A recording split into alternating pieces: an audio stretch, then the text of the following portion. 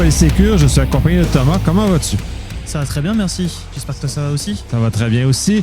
Fait cocasse, ton collègue assis à côté de ce coup-ci ne t'a pas reconnu lors de ton dernier épisode. Fait cocasse, vrai. il fallait quand même le mentionner. Ça valait le coup. Hein, n'est-ce pas, monsieur? Aujourd'hui, on va aborder un sujet très intéressant puisque on est dans une période de compression budgétaire. Les compagnies dépensent de moins en moins. Il y a une austérité qui s'installe au niveau, et notamment en TI, notamment en sécurité, qui réduit les budgets. À mon sens, c'est une occasion idéale de remettre en question nos habitudes en termes d'acquisition de logiciels, de matériel et de comment on aborde les TI et les SI dans ce contexte-là.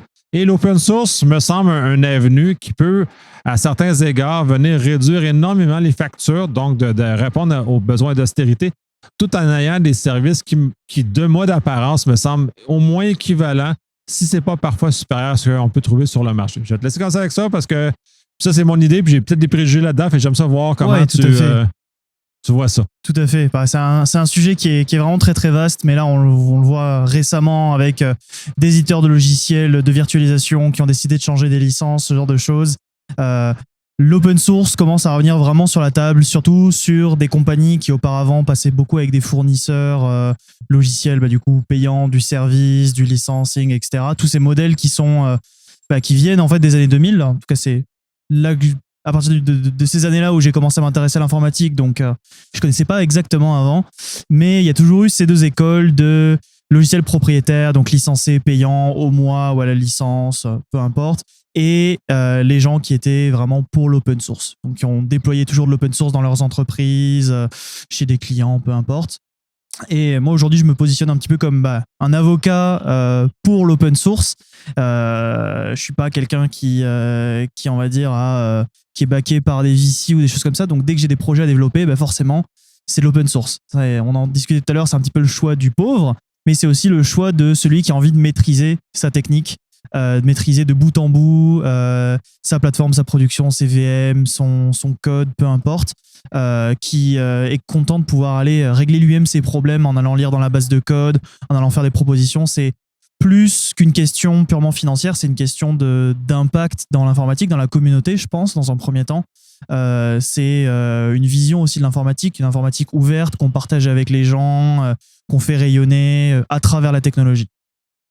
Donc moi là-dessus, j'ai pas mal d'expérience sur du coup pouvoir maintenir des systèmes distribués, là on peut dire ça comme on veut, mais des systèmes à l'échelle avec du 100% open source, notamment chez Internet Archive. Ça fait maintenant 2 ans et demi, je pense, que je travaille chez eux en side job là sur le côté. C'est, comme j'aime souvent le dire, c'est du bénévolat rémunéré. C'est-à-dire que je fais ça pour la passion et pour la mission qu'il y a derrière. Mais forcément, je passe des heures conséquentes, donc il y a une rétribution. C'est pas vraiment le sujet.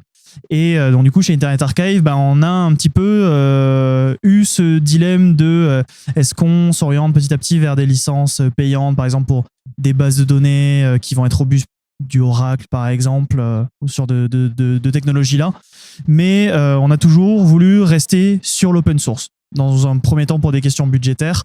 Internet Archive, c'est une association donc, du coup, qui ne génère pas d'argent. Elle est à but non lucratif. C'est une OBNL en bon québécois, qui est donc du coup qui vit sur des dons, un petit peu comme la Wikimedia Foundation et ces autres associations-là. Donc on n'a pas vraiment un énorme budget. On fait avec ce qu'on a. On a donc du coup tous nos data centers qui sont self-hosted, donc on possède les bâtis, on possède les machines, on a l'exploitation, etc. Ces data centers-là, donc du coup, c'est du matériel qui a fait ses preuves, qui tient très très bien. Et au-dessus de ça, donc du coup, à partir du moment où on a le hardware qui fonctionne, tout le reste va être 100% open source. Oui, là, j'ai déjà accroché sur quelque chose que tu as dit. Tu parlais de base de données robuste. Ouais. En quoi une base de données open source n'est pas robuste? Parce que là, cet énoncé-là lui-même vient prétendre que le Oracle, que tu as mentionné, est nécessairement plus robuste que MySQL, qui est du Oracle, ou Postgres, qui est l'autre version vraiment très utilisée, très reconnue, en sens de LGBD conventionnel, parce qu'il y a d'autres approches aussi qu'on peut aborder. Puis là, on n'abordera pas nécessairement le volet plus architecture parce qu'on peut faire des choix qui sont peut-être même plus performants et plus robustes Ouais. que d'aller dans du LGBT, mais de ce côté-là. En quoi, c'est ça, pour vous autres, c'est énoncé de plus de robustesse et en quoi ça ne l'est pas tant que ça ou c'est juste une erreur de langage finalement qui est dans le casquet, là? C'est vraiment, je pense, un grand cliché qu'il y a là, surtout sur Oracle, c'est que on considère que les logiciels payants vont être de base plus robustes, plus fonctionnels, plus durables dans le temps, parce qu'on a payé pour, parce qu'il y a du service, parce qu'il y a beaucoup de documentation, etc. Et comme tu le dis, c'est vraiment pas forcément le cas tout le temps.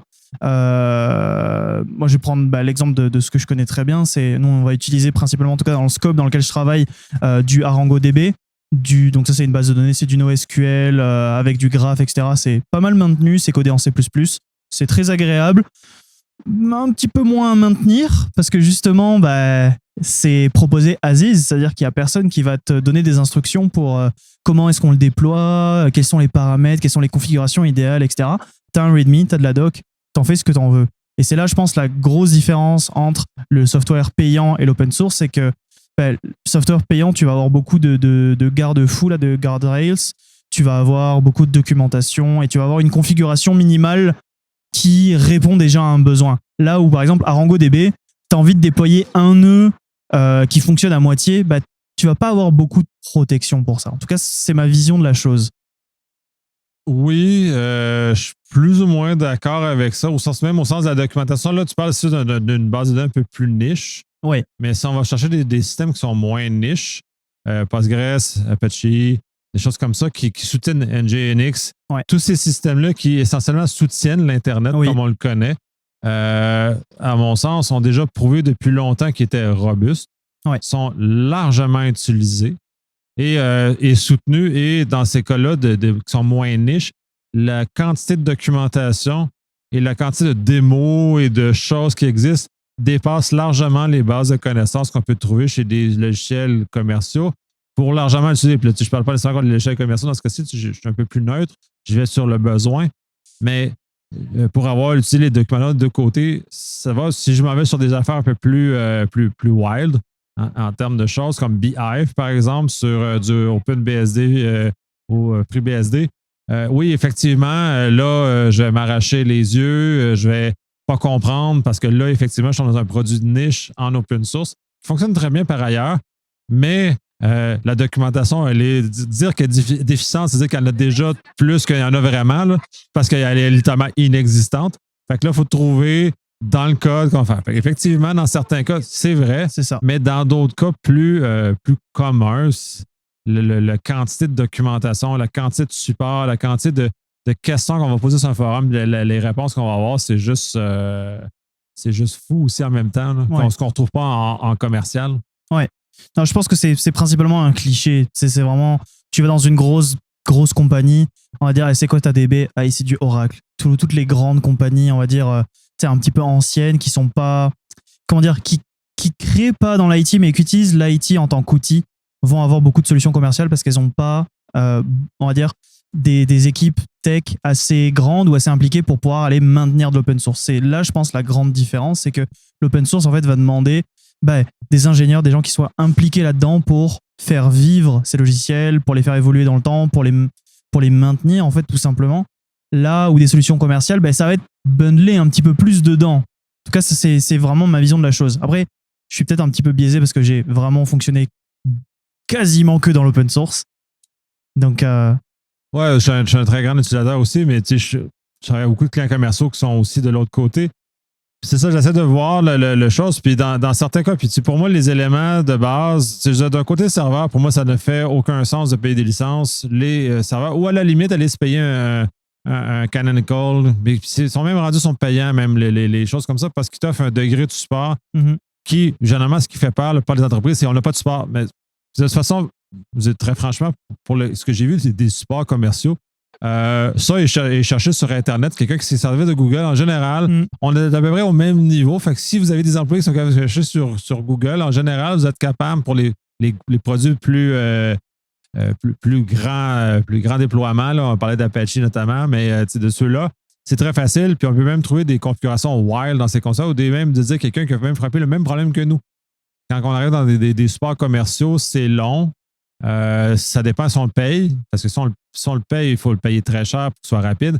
Donc, je ne sais pas si, en termes de coût réel, qu'est-ce que ça fait, puis j'ai pas vu d'études qui me permettent de dire que c'est plus avantageux, à part que ça vient juste rassurer le comptable de l'entreprise, parce que pour lui, ça va rejoindre des choses quand il dit c'est pas supporté. Mais, puis moi, bref, cela, j'ai jamais compris. Il dit c'est pas supporté, mais oui, mais pourquoi? C'est ça, tu peux, tu peux créer un petit peu tes briques comme tu l'entends, intégrer tes solutions comme tu le veux. À partir du moment où tu utilises de l'open source, où tu vas tout développer toi-même. En fait, si tu as vraiment de l'ownership sur chacune de tes briques, tu n'as pas besoin de support commercial. C'est toi qui viens intégrer tes produits. C'est toi qui viens utiliser ta base de données comme tu l'entends, qui vient la configurer comme tu en as besoin. Tu passes plus d'un paradigme d'utilisateur de technologie à plus tu crées ton environnement dans lequel tu vas évoluer.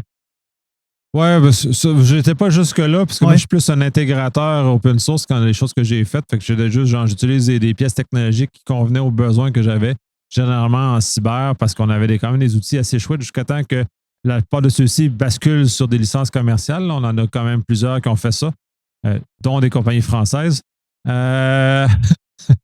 Mais plus sérieusement, ces éléments-là demeurent quand même intéressants, puis sont avantageuses. Puis c'est moi qui disais les solutions de pauvres. Pauvres parce qu'on n'a pas de coûts à payer. Puis ensuite, là, le monde chiale. Mais oui, et puis oui, il y a des coûts. J'ai vu notre bridge coach faire un mouvement de main. Il n'était pas tout à fait convaincu de ce qu'on disait, mais effectivement, il y a des coûts open source. Je ne suis pas sûr qu'on les a jamais vraiment calculés réellement. Puis le retour, toi, tu parles de vraiment d'ingénieurs qui ont mis du code. Moi, je ne suis pas là-dedans. J'utilise ce qui est en place. Puis même juste ça me suffit pour mes laboratoires privés, pour faire mes tests, pour faire mes expérimentations, pour jouer mes affaires, pour faire de la virtualisation, pour de l'hébergement web, pour des bases de données, pour du Kubernetes, d'ailleurs, que Google a rendu public. C'est tout le moteur, tout ça, c'était rendu ouvert. Fait après ça, comment tu veux faire autre chose que travailler avec du Kubernetes ou le CNCF pour aller travailler dans ces univers-là? Parce que tout est ouvert. Ça favorise ce genre de choses-là. Puis, à mon sens, on donne de la valeur à notre capital humain au lieu de prendre cet argent-là et de le balancer dans des compagnies étrangères. Disons, on parle dans un contexte territorial où ça, puis je sais que les Français aiment beaucoup parler de souveraineté numérique. Puis c'est un élément comme ça qu'il faut regarder, cette possession-là de ces éléments-là. Quand on est dans un environnement où on bascule tout dans du logiciel commercial, on loue techniquement tous les logiciels qu'on utilise à l'heure actuelle. Là. Oui, c'est ça. Tu parlais de Kubernetes, là, ça m'ouvre un petit peu la voie sur les nouvelles technologies de containerisation. Là, c'est principalement là-dedans que je travaille. Il y a toute la base en fait de la containerisation est 100% open source.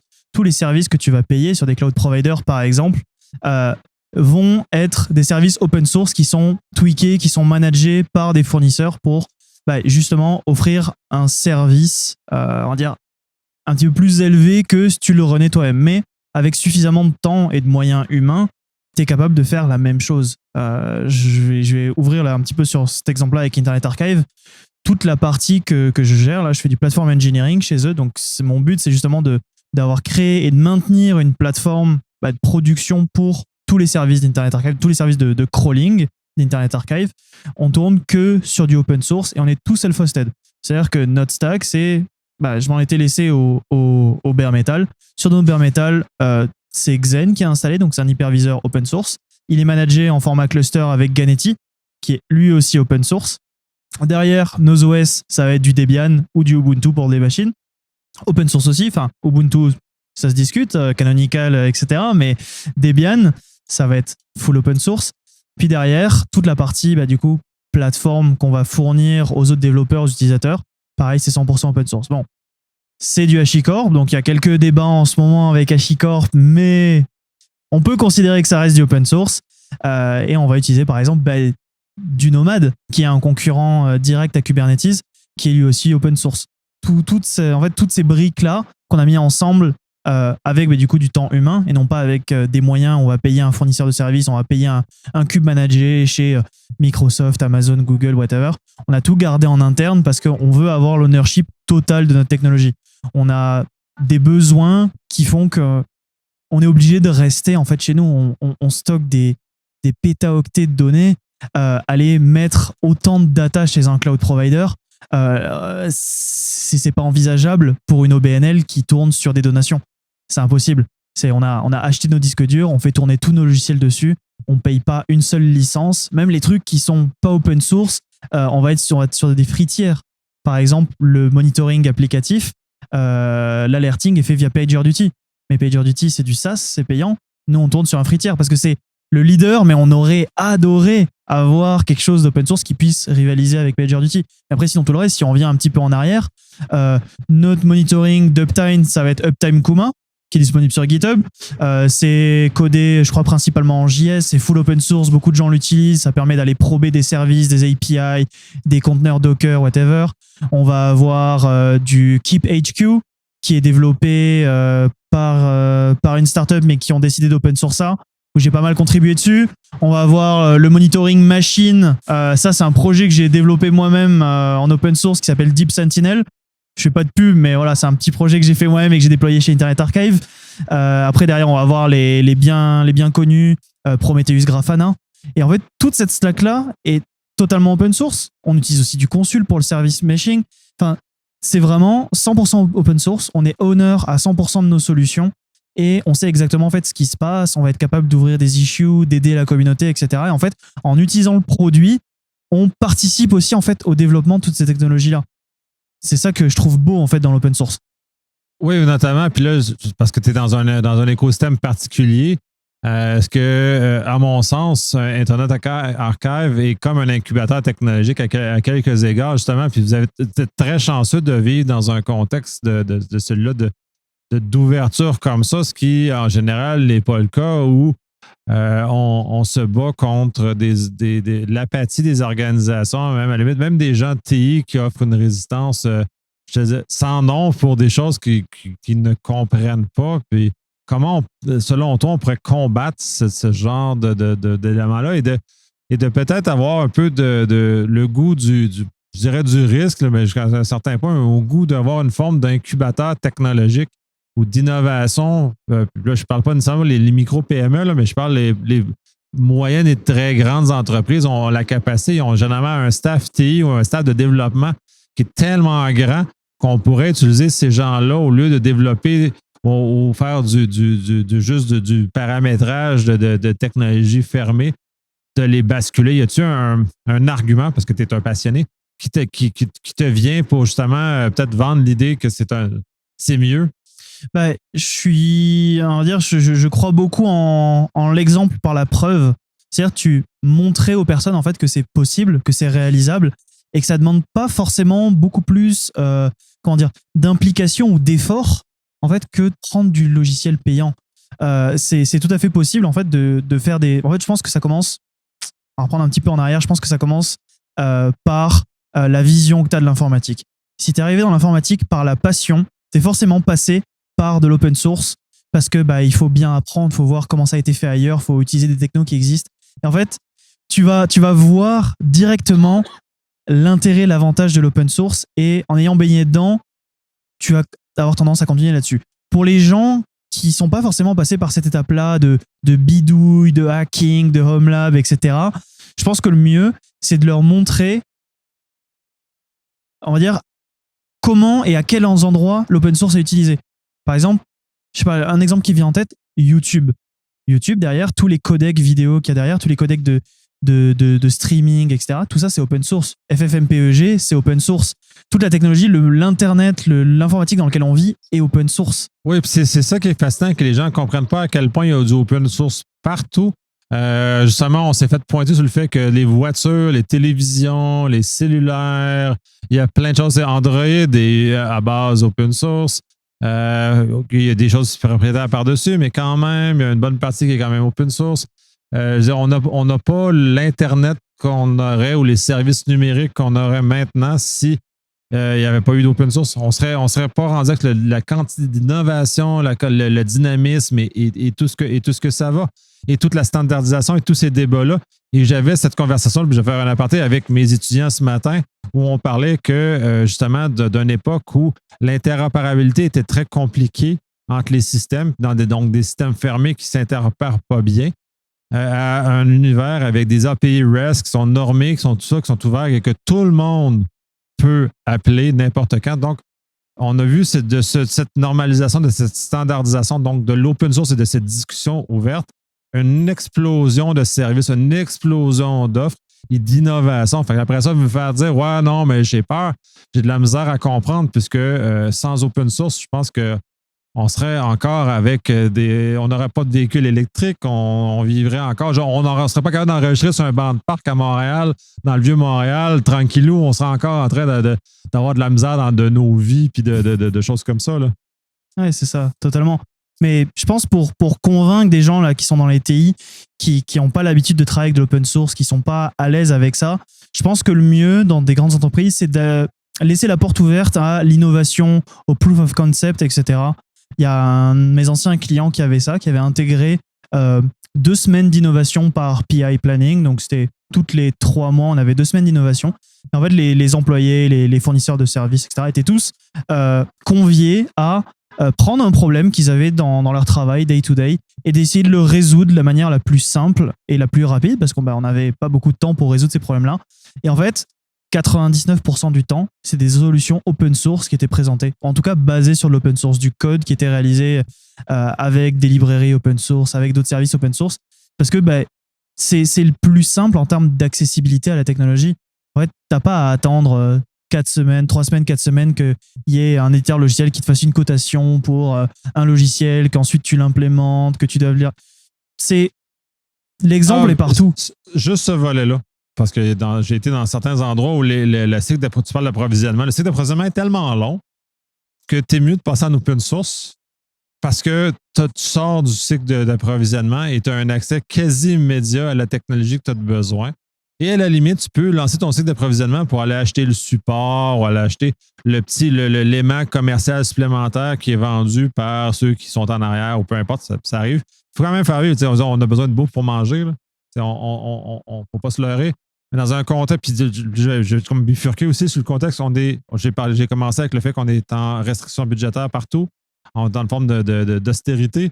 De l'autre côté, on est dans un contexte de réduction, qu'on manque de main-d'œuvre, on n'a pas de relève, et en cyber, on a encore moins qu'en TI en général. Il n'y a personne qui s'intéresse à ces domaines-là.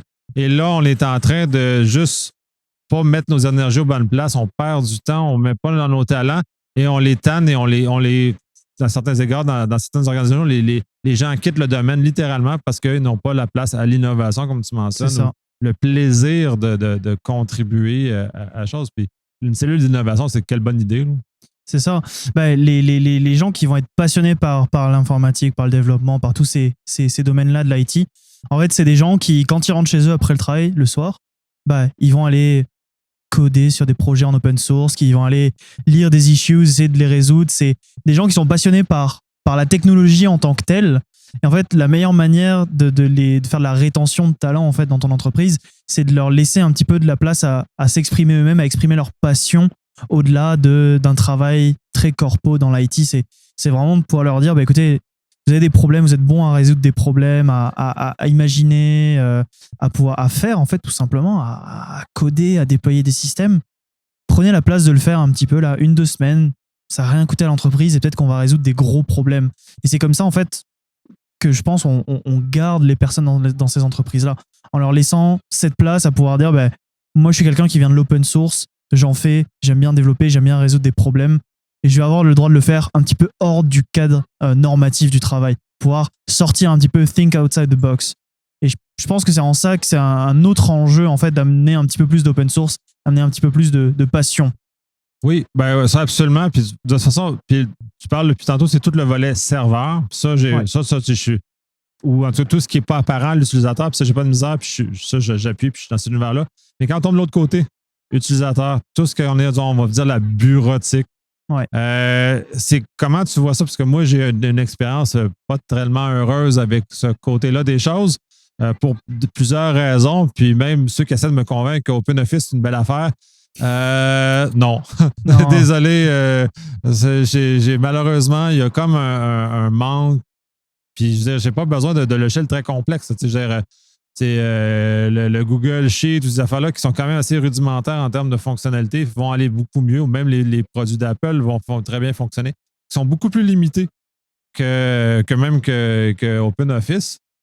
Mais on n'est pas capable de sortir avec un traitement de texte de base qui est facile d'utilisation. Puis ça me choque. Puis je vais voir ton opinion un peu là-dessus. Ouais. Pour le coup, j'ai une opinion qui est assez radicalement différente entre l'open source, on va dire, technico-technique pour les devs, pour les gens qui font de l'exploitation, etc. et l'open source purement utilisateur. Il y a quelque chose qui est souvent, je pense, négligé dans l'open source, c'est l'expérience utilisateur. Parce que ça se veut pas user-friendly, ça se veut tech. On veut que ça soit fonctionnel, on veut qu'il y ait le plus de fonctionnalités, que ça marche le mieux possible, etc. Là où les produits de consommation pour les utilisateurs, en fait, vont être orientés sur le confort de l'utilisateur. Et en fait, je pense que justement, là, tu parlais de LibreOffice, par exemple, enfin OpenOffice qui est devenu LibreOffice, voilà. Tu le mets en face d'un Word, si no match, il n'y a pas de compétition. Et c'est en ça où j'ai une petite dissonance, je pense, cognitive, c'est que je suis un gros utilisateur de produits Apple, parce que c'est très user-friendly, que ça fonctionne, et que j'ai pas forcément le besoin. Mais là. c'est du BSD en dessous, hein? Oui. Tu es capable de faire fonctionner une partie de tes outils quand même, là. Bien sûr, sur un MacBook. Sur mon iPad, je vais pas pouvoir popper un shell. Non, c'est ça. Là, tu es dans un environnement plus fermé. Là, voilà. Mais oui, Donc, oui. c'est en ça où je pense que j'ai pas mal de biais. Mais je pense que le monde a gagné vraiment d'avoir des beaux produits open source faits pour, on va dire, les utilisateurs finaux. Et c'est là où ça manque, c'est que moi, le premier, je suis un tech, je pense pas forcément à l'utilisateur final. Je suis très content de coder des API qui soient ultra rapides, d'aller déployer des centaines de conteneurs à la volée, comme ça. Mais tu me demandes de faire un front-end web, je sais pas vraiment ce que les utilisateurs veulent, en fait. Donc, si je venais à faire un produit open source front-end, je serais pas aussi efficient. Là, j'en parlais tout à l'heure, mon dernier projet Deep Sentinel, j'ai montré ça à des amis qui sont un petit peu moins tech que moi en leur disant, t'as des serveurs, t'as envie de les monitorer, t'as envie de savoir si jamais ils tombent, utilise ça là. Enfin, regarde, c'est moi qui ai développé, regarde, fais-toi un avis dessus. Puis la première réaction, c'est, man, ton README, je le comprends pas. Et je pense que c'est assez symptomatique de cet open source là, c'est que on est là pour écrire du code qui fonctionne, de le partager, d'avoir cette passion là, mais le côté utilisateur est un petit peu négligé, je pense. Oui, effectivement. Je charle beaucoup contre les gnomes KDE de ce monde. Pourquoi la souris est en angle bizarre? Pourquoi les menus ne fonctionnent pas bien? C'est toutes des choses qu'on a été énormément habitués par Apple, notamment, des choses qui fonctionnent, qui sont toujours très, très rapides. Fait que c'est sûr que c'est une compétition. Ça fait longtemps que j'essaie d'utiliser les desktops Linux, puis je suis juste pas capable parce que ça rejoint pas ça. Mais quand je code, effectivement, mais je vais coder, je codais sur mon Mac quand même, là, mais puis là, il y avait, on va le dire, Dominique qui venait taquiner avec VI, normalement VI, pour dans l'ultime chose qui est hardcore codé en terminal, qui t'a juste envie de tuer quand t'as fini d'utiliser ça, là. Mais ça fait le job. Ça fait quand tu dois débugger ton serveur, tes affaires comme ça, mais ça fait partie. J'allais sur peut-être une dernière question, puis je vais voir, parce que mon vécu, puis on le voit aussi en infonuagique à l'heure actuelle, puis mon malheur, ultimement, c'est qu'on est dans un monde de ClickOps. Oui. On n'est pas dans un monde de DevSecOps ou peu importe comment on veut le nommer. On est vraiment comme ça. Fait qu'on est dans un univers où on a habitué des gens en opération à ne que cliquer sur des cases. Windows est responsable pour ça. Windows NT est responsable pour ça essentiellement. Mm-hmm. Et quand on se retrouve à des contextes terminals, les gens ont peur. Puis là, les gens en TI ont peur. Comment tu le vois, ça? Puis ça, c'est mon vécu depuis les 25 dernières années. Ouais. Je pense que c'est, je dirais presque un mal nécessaire. Pour que les gens se rendent compte que le ClickOps, c'est bien, mais ça, c'est limite. C'est que tu peux cliquer que sur les cases que tu as mis sur une page. Si tu as envie de cliquer sur une case qui n'existe pas, elle n'existe pas. Là où, quand tu vas configurer tes services, etc., avec du code, si tu as envie de rajouter une ligne, tu la rajoutes, tu l'écris, tu prends ton clavier et puis tu tapes dessus. Le ClickOps, si la case n'est pas là, elle n'est pas là. Tu peux pas aller au-delà. Oui, effectivement. Tout ça, je l'ai vécu. On l'a vu en info nuagique. Moi, ça a été le choc le plus brutal de constater que finalement, si tu veux vraiment faire des choses en info nuagique, les vraies choses se passent tous dans le code en PowerShell ou en GraphQL du côté Microsoft. L'endroit où j'ai le plus opéré dans les dernières années. Toutes mes choses étaient en PowerShell dans mon cas. Parce que certaines des options ne sont disponibles qu'en PowerShell. Ouais. Point barre. Ou maintenant en GraphQL, ils sont en train de depreq le PowerShell pour la configuration du côté Azure M365, là, mais il n'en demeure pas moins que tout se passait là, puis tout doit se passer là et que les ClickOps te limitent. Puis j'avais des exemples, là, ça fait plus longtemps que j'opère plus de l'infra Windows. Je ne me rappelle pas le degré de différence que je vais aller chercher dans les registres. Parce que dans le fond, dans Windows, c'est la même chose. Il faut aller chercher dans les registres pour avoir les vraies options que les cases que tu mentionnes sont littéralement pas là. Ben oui, mais c'est pour ça, je pense qu'on a de nos jours, là, depuis 4-5 ans, un gros rebond de tout as code. Qu'on va avoir le infra as code avec Terraform, qu'on va avoir le configuration as code avec Ansible, qu'on va avoir du policy as code, sujet du premier podcast avec OPA et d'autres choses comme ça. C'est que les gens sont en train de se rendre compte que cette mode-là du ClickOps, des interfaces, etc., ça a ses limites et que pour vraiment deep dive dans la tech, il faut écrire du code, il faut donner des instructions claires. Ouais, là, tu as parlé d'Ansible. J'utilise Ansible pour faire remonter mon Mac. Ouais. Je remonte régulièrement mon Mac et j'ai un script Ansible qui le zappe et qui repousse toutes les configs, tout descend tout seul. Ça prend une demi-journée avant que tout arrive, mais toutes les logiciels sont installés, les licences sont déployées, les configs sont venus. Puis je reviens toujours à l'état et je n'utilise pas Time Machine qui vient juste me ramener la même boîte que j'ai backupé. Je passe sur une machine propre qui est repartie, puis tout redescend systématique, tout avec du Ansible, Brew, puis Mask. Qui utilise en dessous pour faire ce genre de choses-là parce que c'est la seule façon d'arriver à quelque chose d'efficace parce que tu sais, même les Macs, il faut les remonter une fois de temps en temps parce qu'ils finissent par prendre du poids. Là. Ouais, complètement. C'est un bon exemple à Ansible, c'est que chez Internet Archive, moi je suis pas vraiment sur le côté très très infra, c'est-à-dire que c'est pas moi qui vais m'occuper des bare metal, des VM, etc. Mais on me fournit une VM, puis je vais l'intégrer à mon cluster applicatif. Et qu'est-ce qu'on utilise? On utilise Ansible. J'ai un playbook Ansible, je le run à distance. Ma machine est configurée, elle est directement intégrée dans le cluster Nomad et Consul et elle est prête à recevoir de l'applicatif et à servir pour les utilisateurs externes, pour les utilisateurs internes. C'est juste, ça demandait un effort de développement, forcément. Ça a pris plusieurs jours et ça nous prend toujours du temps de les mettre à jour, de rajouter les nouvelles fonctionnalités parce que forcément, on veut garder nos playbooks Ansible les plus ISO possibles avec la réalité et inversement. Donc forcément, dès qu'on va se dire, on pourrait, par exemple... changer, je sais pas, de load balancer. Ok, va falloir répercuter ça dans tous nos playbooks Ansible. On veut changer quelques rôles de firewall parce qu'on s'est rendu compte qu'il y a des ports qui étaient exposés à des machines qui n'auraient pas dû, etc. Ok, ça va prendre de le mettre sur Ansible. Mais cet effort-là, ça permet juste d'avoir la conscience tranquille, de pouvoir se dire, j'ai besoin de scaler un petit peu mon cluster, de rajouter de la machine.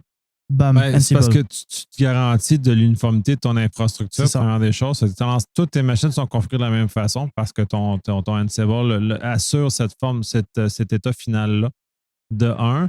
C'est sûr, ça prend un effort, mais c'est comme de documenter ton infrastructure. Fait que si tu fais bien tes playbooks, tu n'as pas besoin d'avoir une documentation supplémentaire qui explique ces éléments-là parce que tu le documentes dans ton Ansible. Parce que ton Ansible devient ton architecture de ta ton source de vérité. Oui, absolument. Fait que celle-là est toujours vraie.